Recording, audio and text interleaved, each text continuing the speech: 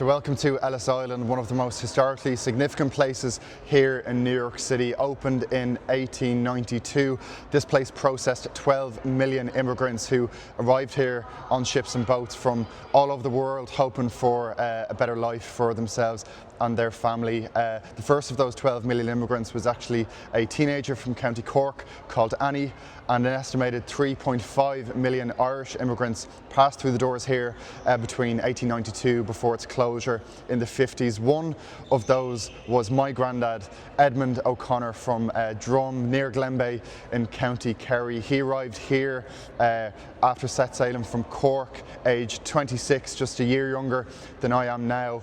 He arrived here in 1928, so long ago that it was even 2 years before the First World Cup even took place. So yeah, almost 100 years on, passing through the same doors where he arrived, it's very, very special indeed.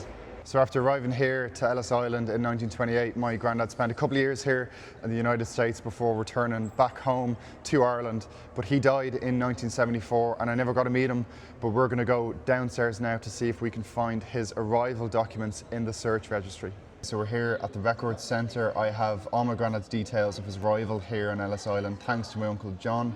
And let's see if we can find his documents. I think we have it here, Seán O'Connor, 1928, arrival. Wow, yeah, number 3, look at that.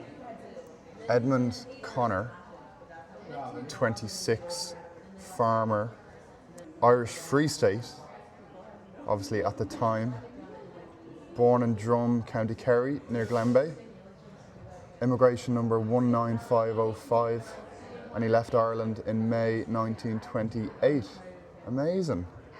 That is absolutely amazing. Born in 1902, so that'll make him 124 now. And has a little arrival certificate here as well.